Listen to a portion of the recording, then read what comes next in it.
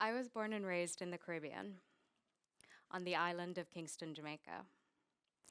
And I am and will forever be an island girl. Growing up so close to the equator meant that we always had the experience of two seasons, not four: a dry season and a rainy season, to which the island was always prone to hurricanes. And because of these hurricanes, my island home was built in a way that we had a flat slab concrete roof. And the architecture of this roof meant that it was long-lasting, it was durable, it was stable, and it wouldn't blow away. Now, in my island home, I had the window facing the front yard, and my brother had the window facing the backyard. And I was so jealous because he had all the trees: the mango trees, the OTET apple trees, the cherry trees, and I had a single coconut tree, to which I quickly grew to love because it was very giving, meaning coconuts would always drop when they were ripe. And that also meant that I could eat them, but I just loved the experience of being able to witness the changes of Earth happening right before me. So through observing this change, I learned that the coconuts were actually dropping in the same exact spot every time. And I only knew this because every time the sun would rise, it would cast a shadow off of the roof onto the coconut. And after enough time of observing this, I learned that if the shadow passed the coconut, I was going to be late for school. But if it was still above the coconut, I still had time. And I think back to this story now and how this was a dynamic collaboration that actually became a conversation between myself, architecture, the sun, and the earth. And it was a dynamic collaboration that actually became a methodology for me, a sustained methodology or a sustainable methodology through which I told myself a story of how to get to school, to the point where I actually didn't receive my first watch for the first 16 years of my life because of this story. And sometimes I think about how one of contemporary humanity's only relationships to the sun today is through the solar panel. And no matter where you are within the earth, whether you're close to the equator or not, the solar panel is viewed as a sustainable technology to harvest solar energy. And in many ways it is. But I also think about the incredible history we as a society have had to the sun through certain structures like ancient Egyptian pyramids and Mesoamerican pyramids, and how these pyramids were physically built in coordinates with the sun, but also what holds them together and what they hold in commonality is mythologies and the stories that are told around these structures, to the point where the societies who've created these structures have actually passed on, but the structures themselves live. These stories live on. And the storytelling was utilized as a material throughout architecture. As I entered the education and architectural industry, as I grew up, I realized that this mentality or these stories I told myself and grew up with were nowhere to be found in the textbooks. Meaning, in these spaces, the training you receive as an architect is one of a modernist training. So you're viewed in a position of power and you exert a specific vision or aesthetic onto a blank landscape. And that felt so alternative to everything I knew because aren't we connected to this earth? Aren't we also earth? Doesn't the earth hold our stories, our histories, our memories? Isn't it an archive? And shouldn't the soil have agency in the building process as well? I realized that the same modernist trajectory that I was being raised within as I studied descended from a colonial trajectory, meaning the very same system that once desiccated entire forests to create plantations is also the same system that clears entire landscapes to exert a single structure. This same system that created slave labor and racial discord is also the same system that gets to decide who enters what space where, who has access to what. And disenchanted by this system, I decide there needed to be an outside of. There has to be a beyond. And perhaps the only way to get beyond is to look before. Perhaps that meant looking to a pre-colonial way of designing in order to get to a decolonial way of designing.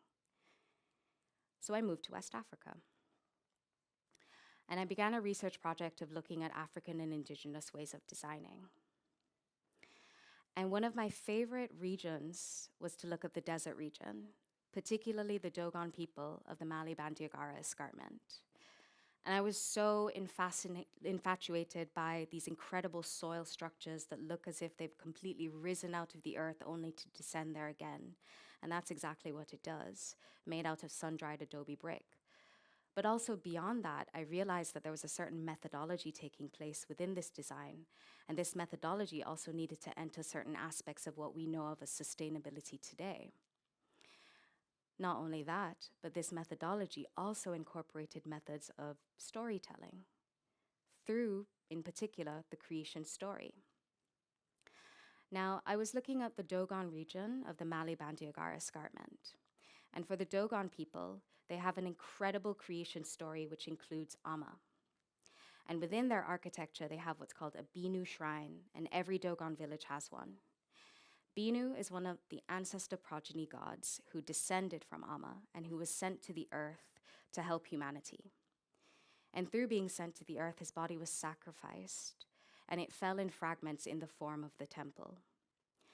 And not only is this a moment in which architecture and storytelling align, but also human geography and urban space, because now people go to and from every day to give offerings. One of my favorite structures within the Dogon village is also the Tagona structure. The Tagona structure is the first structure to be built in every village, and it's the community center. It's where elders would gather to have difficult conversations on the continuation of the tribe. It pays homage to ancestry in the sense that the ancestor gods, 8 of them, are carved onto each pillar, with the 9th pillar at the center remaining blank, but purposely placed at the center so that no one person can enter the center at one particular time, which meant that one would have to have a decentralized conversation in embodiment. But also, one of my favorite aspects beyond using earthen materials within this design, like soil and wooden ligament and straw, is the fact that in order to get inside the Tagona, you would actually have to squat or stoop and remain there. And it's done so because this is the space they're having difficult conversations, which means no one person can jump to their feet in anger. You'd actually have to stay there and figure things out, work things out together, thus becoming an architecture of harmony, an architecture of embodiment, an architecture of conflict resolution where we have to work the thing out and we have to do so together. And when I look back at this example, but I also think about all the other examples that I was studying within this region, I think about how this is an incredible methodology as it pertains to how we can think about sustainability today, in the sense that it recognizes history and ancestry, it centers community within design, it's a utilization of ecology and environmental awareness, and storytelling is utilized as a material to both uphold the structure and uphold us as a society. And I think if we are to think about the future, then architecture needs to consider these types of methodologies within this notion of sustainability. I think it means asking questions like, how do we design structures that can actually mitigate the effects of climate change? How do we design in a way that the earth has a voice? That through certain soil testing methodologies, for example, we can understand the history of a landscape, what was there before, and thus to create a remediative after. How do we design in a way that communities have a voice every step of the way, in the sense that through participatory design, it's not just in the beginning and it's not just at the handoff in the end, but through every point there is ensured an infrastructure of care. I believe that through these questions, it's about creating a structure that actually inhabits the living systems of life, the ecology of life, as opposed to obstructing it.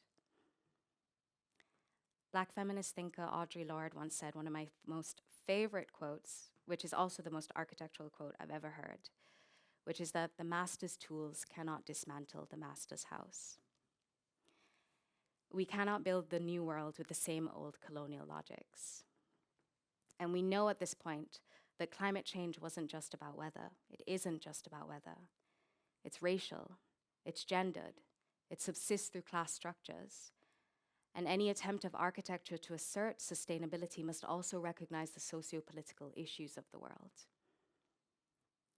I think if there's anything that African and Indigenous design has taught me, it's that we are operating in a living world. a vital world that is pulsing with stories, histories, ancestries, multiple species. And I think through this recognition, we can allow architecture to enter a re-enchanted dialogue or a decolonial dialogue in which the sun and the roof are at once again speaking to the coconut.